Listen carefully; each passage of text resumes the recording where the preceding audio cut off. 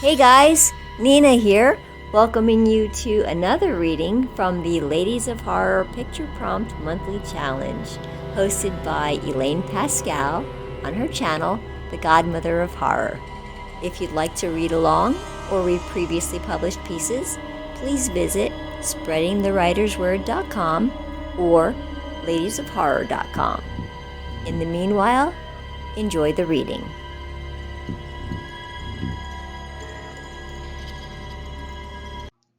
Hunger in the Creek by Kathleen McCluskey. The thaw came late enough that the woods felt suspended between seasons, the air sharp as bone dust, while the creek muttered beneath its lid of ice. Mara followed her brother's tracks through the snow, noticing how they wavered and dragged. It was as if he was pulled along instead of walking on his own will. The trail stopped at the creek's edge where slabs of ice jutted up like broken vertebrae. She stepped closer and saw the waterfall struggling to move.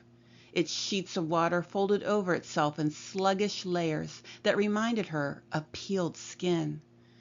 Caught at the base was her brother's parka, swaying on the current as though somebody beneath the surface pulled at it. She crouched and reached for the sleeve, and the ice cracked under her weight with a sharp, brittle snap. The world plunged into icy darkness before she could scream.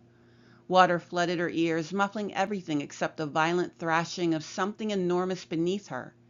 Long, skeletal fingers scraped up her calves, hooking behind her knees and dragging her deeper with a strength that defied their thinness. She kicked wildly, her foot connecting with something that felt like a jaw unhinged too wide. Its teeth raked her boot, tearing at the rubber like it was soft bread. Another set of fingers dug into her thigh and pulled so hard she felt a wet pop in her hip. By sheer instinct, she clawed upward, smashing her knuckles against the underside of the ice until they split open. The blood clouded around her, warm and shockingly bright. She forced her way through the gap, dragging herself onto the rocks. Beneath the hole, the water heaved as something enormous surged upward. She scrambled back just as a mottled, cadaverous hand slammed onto the ice, followed by another that dragged a creature the size of a moose out of the water and onto the rocks beside her.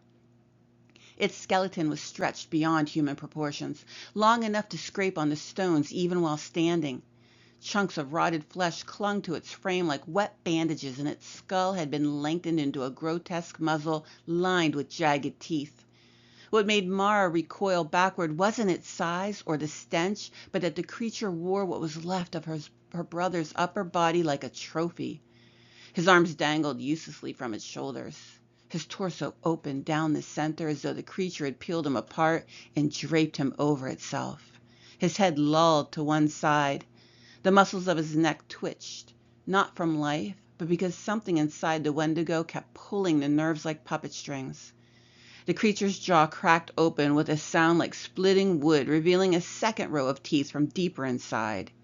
Each one was translucent and dripping. As it leaned toward her, her brother's head jerked upward. His ruined mouth opened wide enough to split the corners. A choking, gurgling sound escaped. Her name, distorted through blood, death, and broken cartilage. Inside, the Wendigo's true throat pulsed with eager, predatory hunger. Mara ran. She could hear the creature behind her. Its footsteps shattered the frozen ground. Its breath came in rattled bursts as her brother's arms slapped against its chest. It was gaining on her. The creature was carried forward by a hunger older than winter itself.